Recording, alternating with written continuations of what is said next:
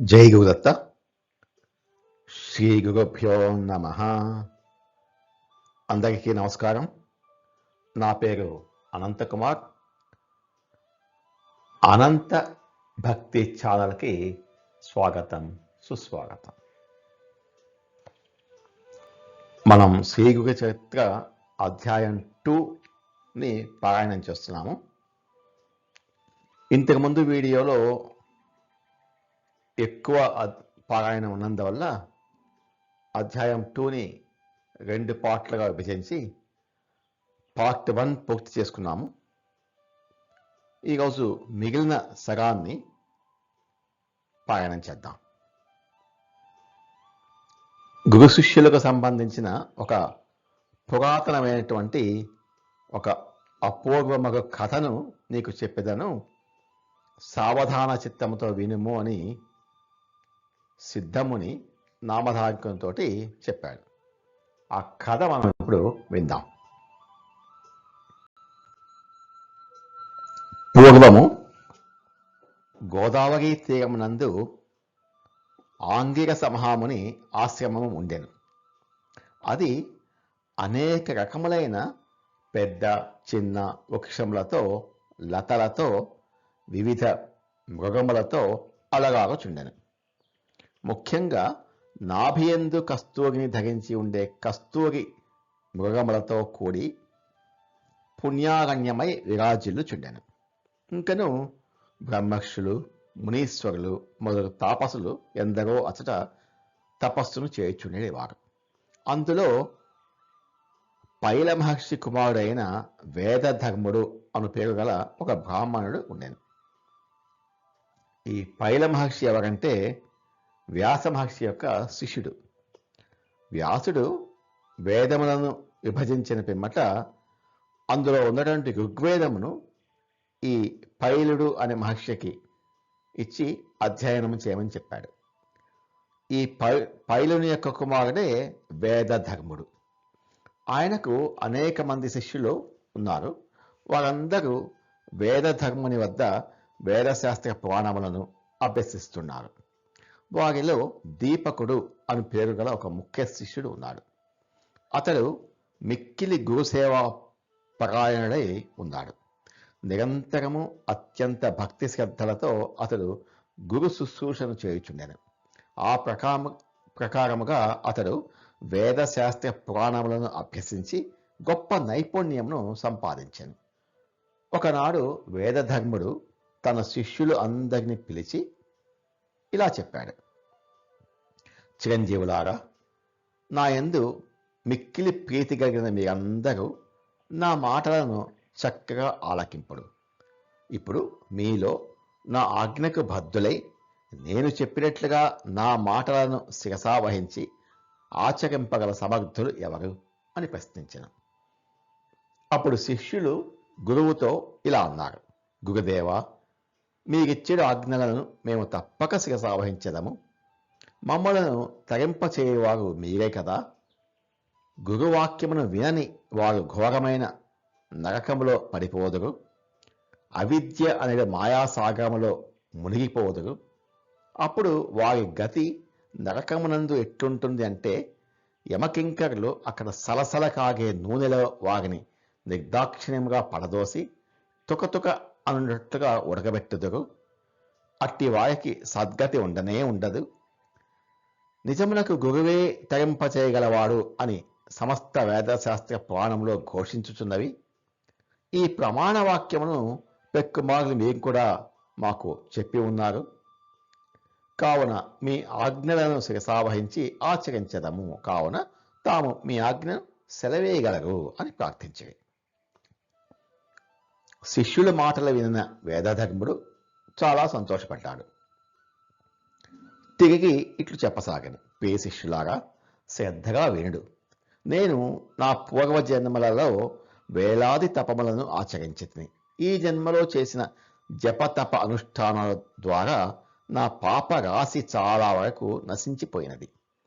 మిగిలిన భాగము ఈ దేహముతో అనుభవించకుండా ప్రక్షాళము కానేరదు. ఒకవేళ తపస్సును ఉపేక్షించినచో ఆ పాతకము మోక్షమునకు అడ్డుకట్ట వేయును. కాబట్టి ఘోరమైన జన్మాంతర పాప రాశిని నేను నశింపచేసుకోవాలి. అనగా ఈ దేహముతో అనుభవించకుండా బలీయమైన ప్రారబ్ధము సమసిపోదు. ఇట్టి పాప రాశి యొక్క నిష్కృతి కోసమై నేను కాశీక్షేత్రమునకు వెళ్దామని అనుకుంటున్నాను. అచ్చట నా పాతకము వెంటనే ప్రక్షాళన అగును. ఇది శాస్త్రసమ్మతమైన వచనము. కావున నన్ను కాశీక్షేత్రమునకు తీసుకుని వెళ్ళి అచ్చట నేను నా ప్రారబ్ధ కర్మను అనుభవించు కాలమునందు నా వెంట ఉండి నాకు శుశ్రూష చేయగల సమర్థులు ఎవరో ముందుకు రావాల్సింది అని అడిగాడు. అంతట శిష్యులందరూ మౌనమును వహించి తలలు దించి నేలపై కాలివేళ్లతో గీతలు గీయుచుండేవి. వారిలో మిక్కిలి గురుభక్తిని కలిగిన దీపకుడు అను పేరు గల ముఖ్య శిష్యుడు ముందుకు వచ్చాను. ఎంతో వివేకవంతుడైన ఆ శిష్యుడు వినయపూర్వకంగా గురువుగారికి నమస్కరించి ఇలా బదులు పలికెను. అయ్యా, పూర్వజన్మ పాపము ఈ జన్మలోని దేహమును వ్యాధి రూపముగా బాధించును. దుఃఖమును పోగు చేసుకోకూడదు. కావున వెంటనే అందుకు తగిన పరిహారమును చేయము అనెను. అప్పుడు వేదధర్ముడు ఆ గురువు యొక్క శిష్యుడైనటువంటి దీపకునితో ఇలా అన్నాడు. మానవులు తమ శరీరము ఆరోగ్యవంతమై దృఢముగా ఉన్నప్పుడే పాపములను ప్రక్షాళన చేసుకోవాలను. లేనిచో అవి విషం వలె పెరిగిపోను. కావున పుణ్యతీర్థముల ద్వారా ప్రాయశ్చిత్తమును చేసుకొని తమ దేహముతో పాపరాశిని పూర్తిగా అనుభవించినప్పుడే అది నశించిపోవును. అప్పుడు గాని మానవులకు ముక్తి లభింపదు. అంతేకాదు, దేవతలు లేదా ఋషీశ్వరులు, మానవులు, జంతువులు మున్నగ ప్రాణులు అన్నీను తమ తమ పాపములను తాము అనుభవించకుండా అవి నశింపచాలవు అని వివరించాను. అందుకు వెంటనే దీపకుడు చేతులు జోడించి ఇట్లనెను. గురుదేవా, నాకు అనుజ్ఞను ప్రసాదింపము. నా శక్తి కొలది మీకు సేవ చేసేదను. ఎంత మాత్రమూ శంకించకుండా నేను ఏమి చేయవలనో తాము సెలవేయవలసింది అని ప్రార్థించను. అందుకు గురువు ఇట్లు అనెను. ప్రియ శిష్యుడా, వినుము. ఈ దేహమునందు కుష్ఠరోగము వ్యాపించును. తద్వారా నేను అంగహీనుడు అగుదును, గుడ్డివాడిగా, కుంటివాడిగా అగుదును. నా ప్రారబ్ధ విశేషము వలన నేను 21 సంవత్సరముల పాటు కుష్టు వ్యాధిని అనుభవించవలసి ఉన్నది. అప్పుడు నన్ను ఎంతో సహనము వహించి నాకు సేవలు అందించవలసి ఉండను. నన్ను ఎంతయో జాగ్రత్తగా చూసుకునవలను. ఇందుకు తగిన దృఢ నిశ్చయము కలిగి ఉండినచో నీవు అంగీకరించుము అని చెప్పాను. వెంటనే దీపకుడు ఇలా అన్నాడు.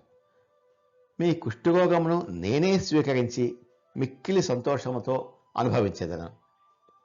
21 ఏండ్లు అంధుడనై హాయిగా నిలిచి పాప నివృత్తి చేసుకుందును. స్వామి, మీ పాపములన్నిటికీ నేనే పరిహారము చెల్లించగలను. సంశయించకుండా వెంటనే అనుమతి ఇయ్యము అని శ్రీ గురుదేవుల శ్రీచరణములపై వాలిపోయాను. శిష్యుని మాటలు విని మిగులు సంతసించిన వేదధర్ముడు పాప లక్షణములను ఇలా వివరించాడు. చిరంజీవి, ఎవరి పాపమును వాగే అనుభవింపవలను. అంతేగాని పుత్రుని ద్వారా కానీ శిష్యుని ద్వారా కానీ తన పాప కర్మను అనుభవింపచేయుటకు శాస్త్రము ఎంత మాత్రము అంగీకరింపదు. తన దేహముతో తాను అనుభవించటం వల్లనే పాప పరిహారము కాగలదు. కనుక నా పాపతాపములను నేనే ఈ దేహం ద్వారా అనుభవించదను. దీపక, 21 సంవత్సరముల పాటు నీవు నన్ను కనిపెట్టుకుని ఉండము. రోగముతో పీడింపబడే వారి కంటే వారికి సేవలు అందించే వారికే కష్టం ఎక్కువగా ఉండును. నాయన, నేను అనుభవించబోయే ప్రారబ్ధము ఎంతో కఠినమైనది. అట్టి స్థితిలో నాకు శుశ్రూష చేయటం వలన నీకు ఎన్నో కష్టములు ఎదురవుతుంది. వాటిని సహించుటకు చాలా ఓర్పు, నేర్పు అవసరము. బాగుగా నిశ్చయించుకుని మాత్రమే ఇందుకు సిద్ధపడము. శిష్యోత్తమ, నీవు నన్ను కాశీ నగరమునకు తీసుకుని వెళ్ళి నిశ్చలమైన భక్తితో శుశ్రూష చేయము. కాశీక్షేత్రమునందు పాపములు పాగిపోవును, తద్వారా నీవు శాశ్వత పదవిని పొందగలవు అని వేదధర్ముడు చెప్పాను. వెంటనే దీపకుడు ఇలా అన్నాడు, మహానుభావ, నేను మిమ్మల్ని శీఘ్రముగా కాశీనగరమునకు తీసుకుని వెళ్ళేదను. అచట మిమ్మలను సాక్షాత్తు విశ్వనాథునిగా భావించి మీకు తగిన సేవలను అందించి హాయిగా 21 సంవత్సరములు మీతో పాటుగా గడిపేదను. ఇందుకు గాను తాము దయతో ఈ దీనుని అనుగ్రహింపుడు అని వేడుకొనెను. అందుకు గురువు తన అంగీకారమును తెలిపాను. అంతట బ్రహ్మ కలితో ఇట్లా అన్నాడు. ఎంతగా బ్రహ్మ కలికి చెప్తున్నాడు, ఓ కలి, గురువు సేవా నిమిత్తమై స్వార్థమును పూర్తిగా విడనాడి అతి కష్టమైన శుశ్రూషకు అంగీకరించిన శిష్యుడు ఎంత గొప్పవాడో గ్రహింపు. గురువునకు భయంకరమైన కుష్ఠవ్యాధి సంక్రమించినప్పుడు అతడిని కాశీక్షేత్రమునకు చేర్చి విసుగు విరామము లేకుండా కడు భక్తితో గొప్ప సేవలను అందించిన దీపకుడు ఒక్కడే ఉత్తమ శిష్యుడిగా వాసికాంచెను అని ప్రస్తుతించెను. అనంతరము గురు శిష్యులు ఇద్దరు బయలుదేరి కాశీక్షేత్రమునకు చేరుకున్నారు. అచ్చట మణికర్ణికా ఘట్టమునకు ఉత్తర దిక్కున గల కంబళేశ్వర స్వామి సన్నిధిలో వారు నివసించిరి. మణికర్ణికలో స్నానం చేసి విశ్వనాథుని పూజించి ఆ గురువు తాను అనుభవింపనున్న ప్రారబ్ధమును అనుభవించుటకు సిద్ధమయ్యను. అంతటా వేదధర్ముని దేహమంతేను కుష్టు వ్యాధితో నిండుకొనెను. కళ్ళు కనిపించటలేదు, పూర్తిగా అంధుడయ్యను, ఎంతయో దుఃఖమును అనుభవించుచుండెను.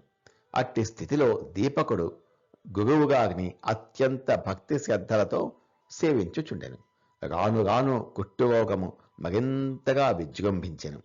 వ్రణముల నుండి చీము నెత్తురు కాగుచుండెను. అచ్చటచ్చట పురుగులు ఏర్పడి చూచుటకు అసహ్యముగా ఉండెను. అప్పుడప్పుడు అపస్మారక స్థితి కలుగుచుండెను. అయినప్పటికీ దీపకుడు నిర్మల మనస్కుడై గురువుగారికి నిత్యము స్నానము చేయించి మెత్తటి గుడ్డతో నెమ్మదిగా అద్దుతూ వారికి ఎంతమాత్రము ఆయాసము కలగకుండా బహు జాగ్రత్తగా ఓర్పుతో నేర్పుతో శుశ్రూష చేయుచుండెను. దీపకుడు నిత్యము మాధవకరము అంటే భిక్షాన్నము తెచ్చి గురువునకు తినిపించుచుండెను. ఆయనను సాక్షాత్తు విశ్వనాథునిగా భావించి నిశ్చలమైన చిత్తముతో ఆరాధించుచుండెను. ప్రబలమైన వ్యాధితో పీడింపబడుచున్నప్పుడు సాధుజనులు కూడా క్రోధ స్వభావమునకు లోను అగుట సహజం. కావున వేదధర్ములను ఈ గురువు కూడా రోగ పీడ వలన శిష్యుడు అయినటువంటి దీపకుని ఎడల క్రూర స్వభావమును ప్రదర్శించుచుండెను. ఒక రోజున శిష్యుడు భిక్ష తెచ్చి ఇవ్వగానే అది చూచిన శ్రీగురుడు, ఇంత కొద్దిగా తెచ్చితివేమి అని కోపముతో ఉగ్గుడై దాన్ని తినకుండా విసుగుగా నేలపై చిమ్మి వేసిడవాడు. మరొక రోజున భిక్షను ఎక్కువగా తెచ్చినప్పుడు పక్వాన్నములు ఎందుకు తేలేదు అని కోపగించి విసిగి కొట్టినవాడు. ఇంకొక రోజు రకరకముల పిండి వంటలు కమ్మని కూరలు ఎందుకు తేవడం లేదు అని మిక్కిలి కోపగించి పొమ్ముగా అని గద్దించి అతడిని చేయెత్తి కొట్టబోయేవాడు. ఒక్కొక్కసారి తెచ్చిన భిక్షాన్నమును పూర్తిగా పారబోసి కినుక వహించి నానా దుర్భాషలు ఆడేవాడు. ఇంకొకసారి శిష్యుడిని దగ్గరగా రమ్మని, నాయన శిష్యోత్తమ, నీవు జ్ఞానరాశివి, శిఖామణివి, నా కొరకు నీవు ఎంతయో కష్టపడుచుంటివి కదా అని ఆప్యాయంగా పలికేవాడు. వెంటనే ఉగ్రుడై, ఓరి మహాపాపి క్రూరుడా, నన్ను ఎంతగానో బాధపెట్టుచుంటివి కదగా, నా మలమూత్రాలను తొలగించి నీవు సరిగా శుభ్రము చేయటలేదు, నా పైన ఈగలు దోమలు వాలి నన్ను బాధించుచున్నవి, దీపకా వాటిని తొలగించకుండా నిలబడి ఉన్నావేమిగా అని గద్దించును. విష్ణకరతో విసుగుతూ సేవ చేయుచున్నప్పుడు ఇంకను భిక్షకు వెళ్లకుండా కూర్చుని ఉన్నావేమిగా అని తీవ్రముగా నిందించును. శిష్యుడికి దీపకుడు మాత్రము గురువు యొక్క గుణము దోషములను ఎంత మాత్రము ఎంచకుండా గురువు యొక్క ఆజ్ఞయే తన ఏకైక లక్ష్యముగా కలిగి గురు శుశ్రూషను చేయుచుండెను. గురువు తన ఉచ్ఛిష్టం అంటే గురువు తినగా మిగిలింది ప్రసాదించినప్పుడే దానిని మహాప్రసాదముగా భావించి భుజించుచు కాలం గడుపుచుండెను.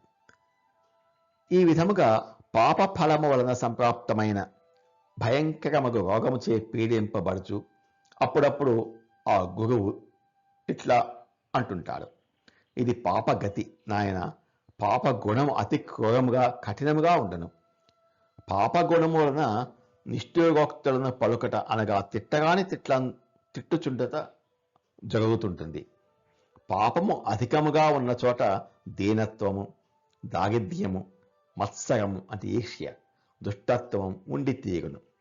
పాపి అయినవాడు శుభాశుభములను లెక్కింపడు. ఎవరైతే అత్యంత దైన్యముచే అమితమైన దుఃఖముచే పీడింపబడుచుందరో వారు పాపరూపులు అని గ్రహించవలెను. అట్టి వారలు నిష్ఠూరముగానే మాట్లాడుచుందరు. అతి పాపఫలమైన ఉన్మత్తత అనియే అని గ్రహింపవలను.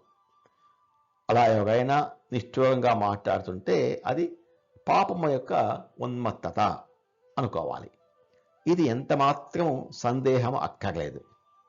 బలమైన ఇతర వ్యాధులు ఎన్ని ఉన్నప్పటికీ అవి ఒక కుష్టు వ్యాధి ముందు 16వ వంతునకు కూడా సరిపోల జాలవు అని అన్యాపదేశముగా శిష్యునకు ఉపదేశించుచుండెను. ఈ విధముగా వేదధర్ముడు మిక్కిలి కష్టములను అనుభవించుచుండెను.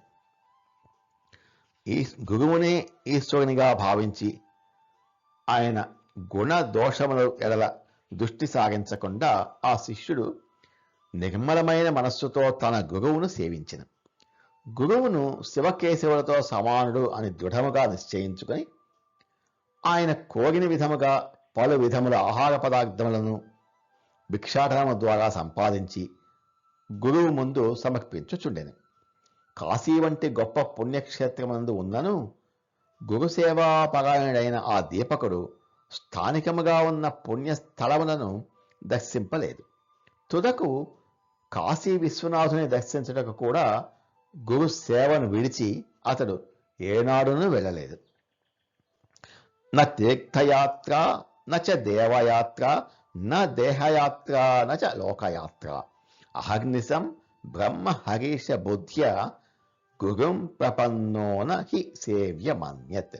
అనగా తీర్థయాత్రను కానీ దేవయాత్రను కానీ శరీర సంరక్షణ కూడిన దేహయాత్రను కానీ లౌకిక వ్యవహారాలతో కూడుకున్న లోకయాత్రను కానీ ఎంత మాత్రమో లెక్కించకుండా వాటిని సంపూర్ణముగా త్యజించి కేవలము గురువునే బ్రహ్మ విష్ణు మహేశ్వరులు అనుడు త్రిమూర్త్యాత్మక స్వరూపునిగా తలచి ఆ గురువునే శరణుజొచ్చి దివారాత్రములు సేవింపవలెను కానీ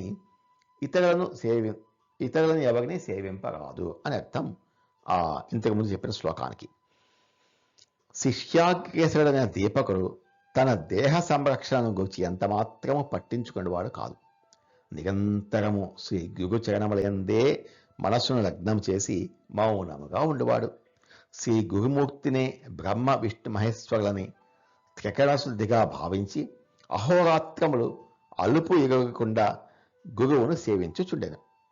గురువు ఎంతటి నిష్ఠూరములైన మాటలను పలికినా సరే తాను మాత్రము చలించకుండా ప్రసన్న హృదయముతో గురువు యొక్క మనోభావమును అనుసరించి వ్యవహరించుచుండెను.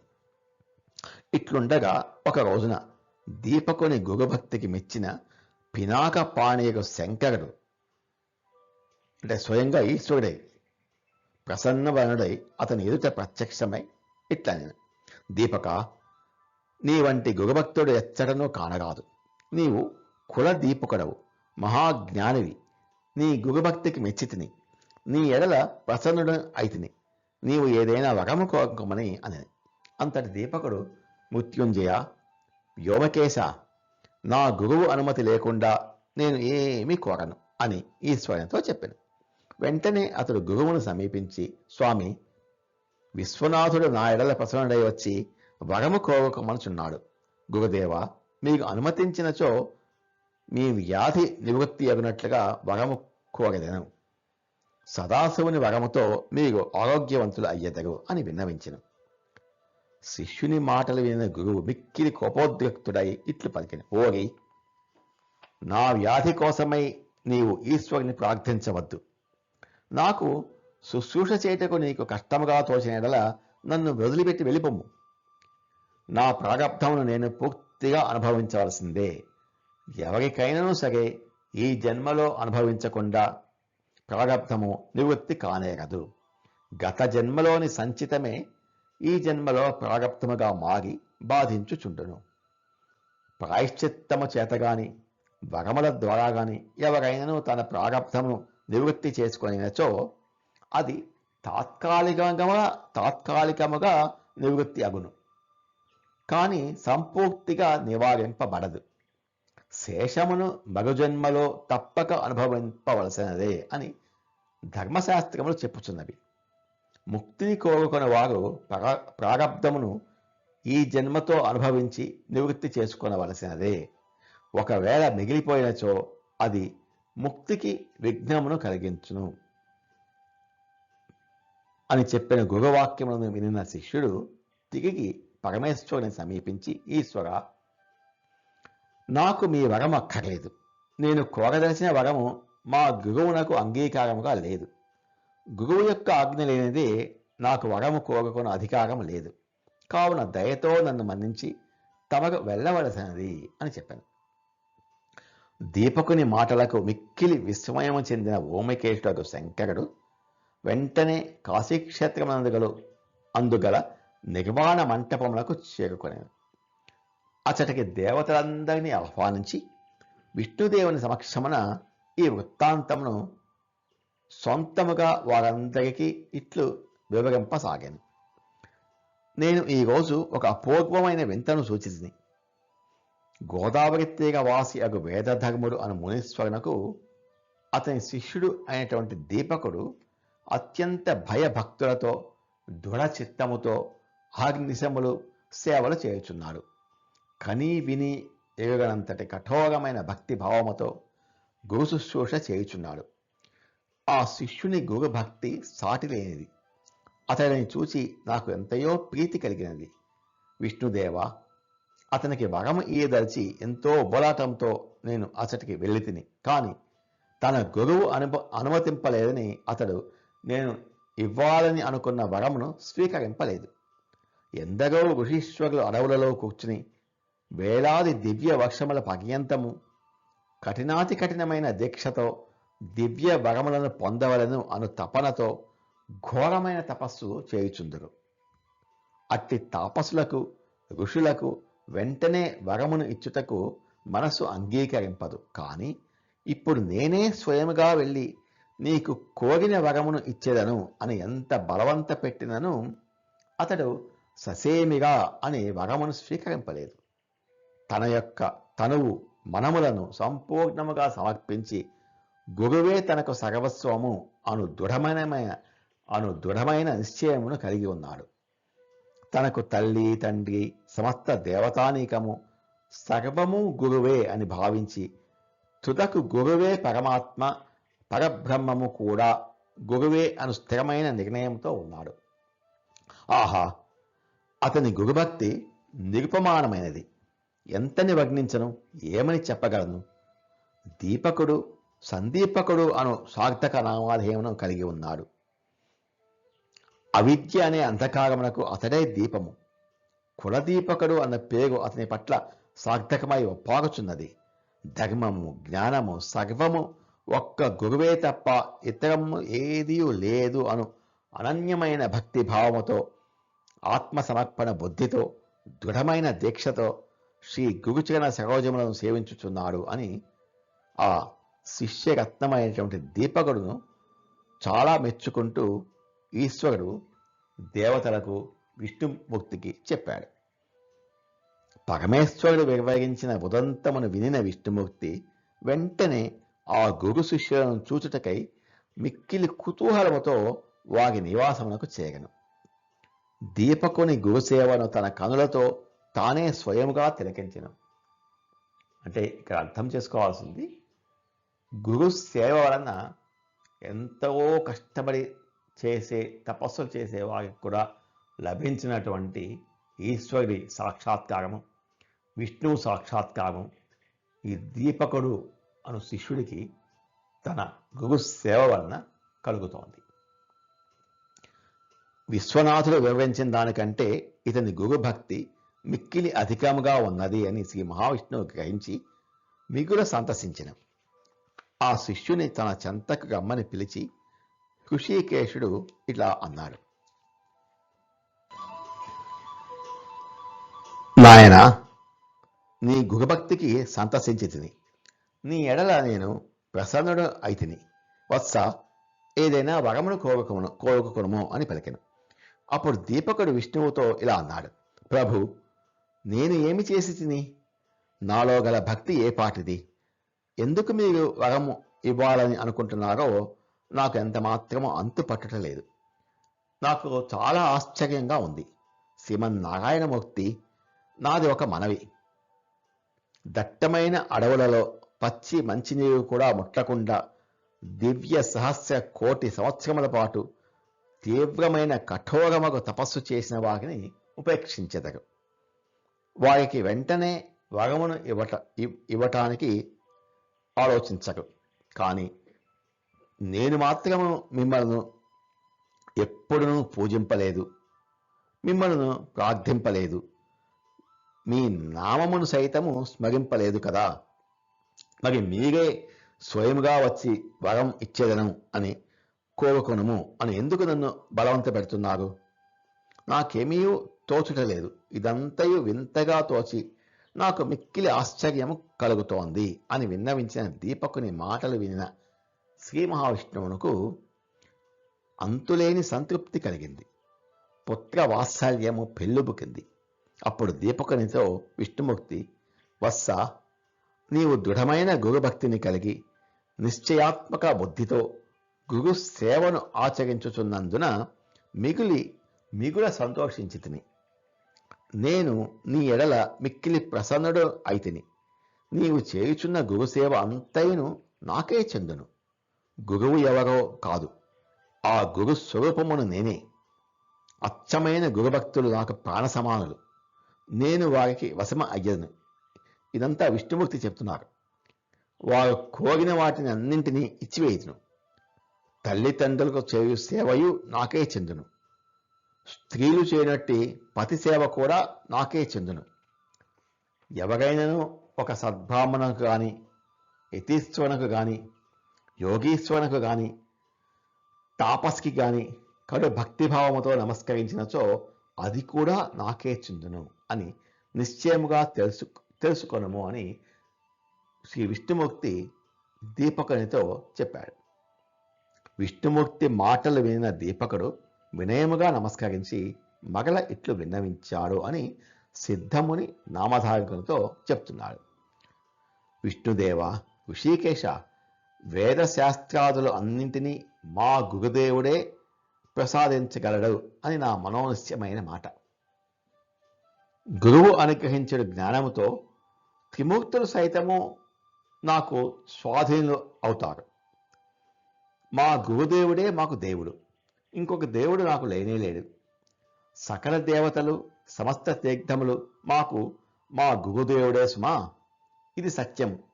వేయేల మా పరమార్థమంతయు ఆయనతోటనే, ఆయన వలననే. సమస్త యోగులకు, సిద్ధ జనులకు గురువు లేకుండా జ్ఞానము లభింపదు. యథార్థ జ్ఞానము లభించిన మీదట పరమేశ్వరుడు మాకు దూరముగా ఎట్లుండగలడు? మీరు నాకు ఇవ్వచూపిన వరములన్నింటినీ నాకు మా గురువే ఇవ్వగలడు. ఇందులో ఆశ్చర్యం ఏమున్నది? అందువలన నేను గురువునే సేవించెదను, పూజించెదను అని దీపకుడు విష్ణు భగవానునితో పలికెను. అందులకు శ్రీ మహావిష్ణువు మిగుల సంతసించి ఇట్లన్నాడు. ఓయి శిష్యరత్నమా, నీవు ధన్యుడవు. నీ జన్మము ధన్యము. నీవు కృతకృత్యుడవు. నాకు ప్రాణ సమానుడవు. అచ్చమైన మచ్చలేని భక్తుడవు. శిష్య శిరోమణివి నీవే. నాయన, ఒక్క మాట, ఇప్పుడైనా ఏదైనా వరం కోరుకొనము. నిన్ను, నీ గురుభక్తిని చూచుటకై ముందుగా విశ్వనాథుడు వచ్చాను. తదుపరి నేను స్వయముగా వచ్చి తిని. కావున ఇప్పటికైనా నీవు నీ మనసాగా ఒక వరమును కోరుకొనుము. అందుకు నా మనస్సు ప్రసన్నమై ప్రఫుల్లము పొందగలదు. వత్స, నేను నీకు పూర్తిగా వశమైతిని. నీవు కోరిన దానిని కాదకుండా ఇయ్యగలను అని నిర్బంధించి పలికెను. అందుకు దీపకుడు విష్ణువుతో వినయభావము ఉట్టిపడుచుండగా ఇట్లనెను. స్వామి, మీరు ఒకవేళ తప్పనిసరిగా నాకు వరమీయదలిచిన నేను ఒకే ఒక కోరికను కోరుకుంటాను. నాకు మునిపటి కంటే గురుభక్తి మరింత అధికముగా వృద్ధి పొందినట్లుగా, అది నిరంతరము నాలో నిశ్చలముగా ఉండునట్లుగా అనుగ్రహింపడు. ఇట్టి జ్ఞానము గట్టింపుగా అయి శ్రీ గురుస్వరూపము గురుతత్వమును నేను గుర్తించగలిగినట్లుగా వరమును ప్రసాదింపము. ఇది తప్ప నాకు ఇంకేమీ వద్దు. నన్ను దయతో క్షమించు ప్రభువు అంటూ శ్రీహరి పాదపద్మలపై శిరం ఉంచి సాష్టాంగ ప్రణామము చేసిన. అత్యంత ప్రసన్న బలనముతో చిరునవ్వును చిందిస్తూ శ్రీ మహావిష్ణువు ఇలా పలికాడు. శిష్య శిఖామణి దీపక, నీవు నా ప్రాణసఖుడవు. గురువును నీవు దేహబుద్ధితో చూడకుండా ఆయన పరబ్రహ్మ దృష్టితో చూడగలిగేతివి. గురువును పరబ్రహ్మగా గుర్తించితివి.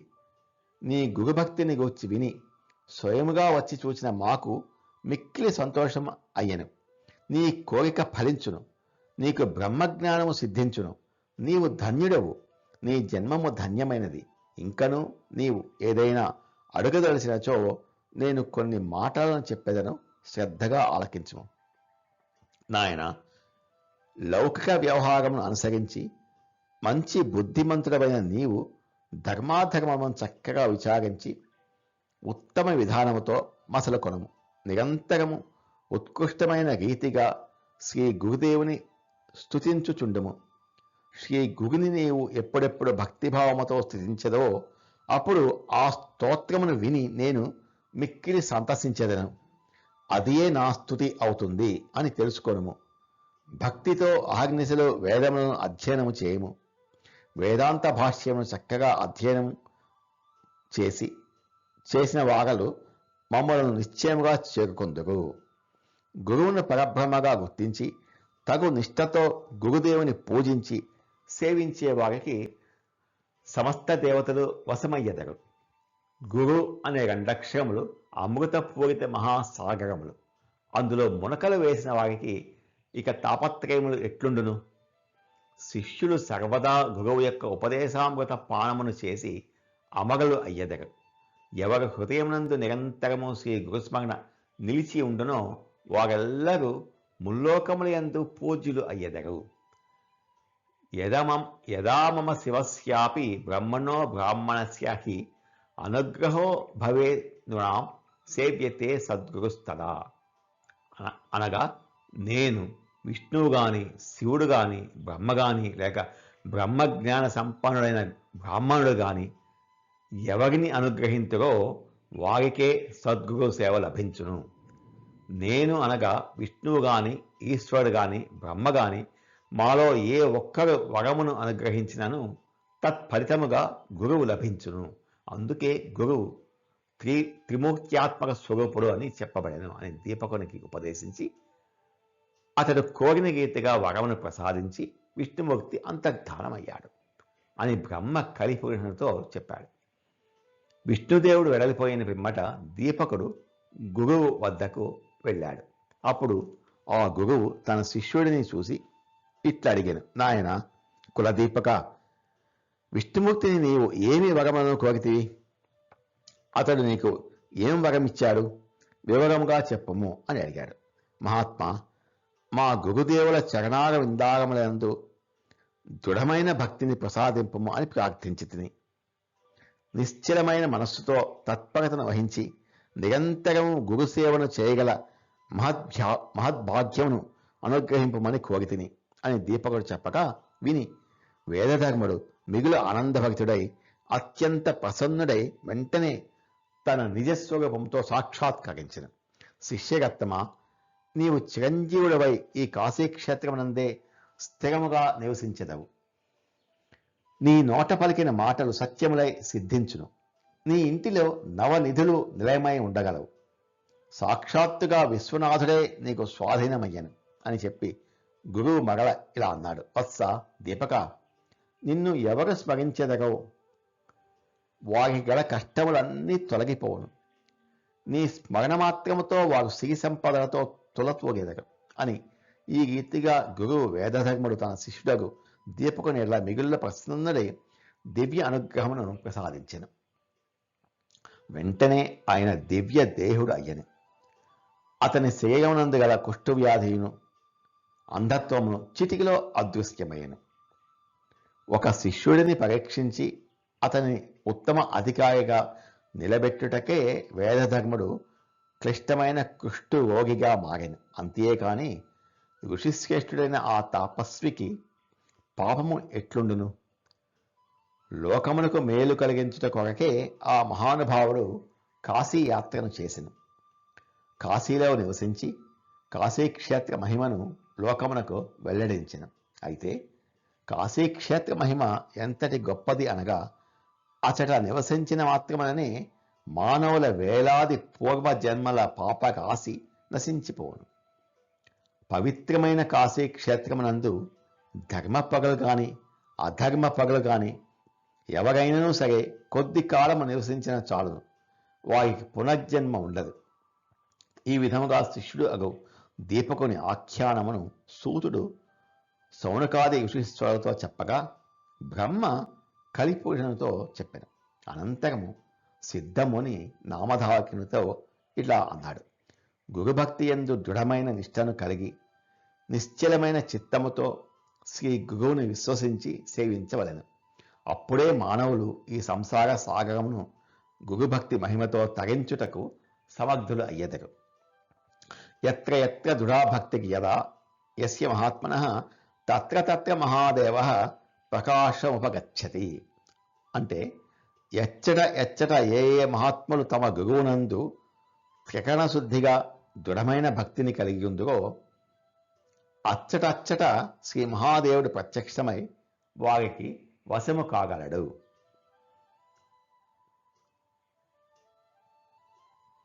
ఇంతటితో ఈ గురు చరిత్రలోని జ్ఞానకాండమునందు శిష్య దీపకాఖ్యానము అను 2వ అధ్యాయం సమాప్తమైంది. జై గురుదత్త, శ్రీ గురుదత్త. నమో భగవతే వాసుదేవాయ. ఏతత్ ఫలం శ్రీకృష్ణార్పణమస్తు. స్వస్తి. నెక్స్ట్ వీడియోలో మనం 3వ అధ్యాయాన్ని పారాయణ చేసుకుందాం.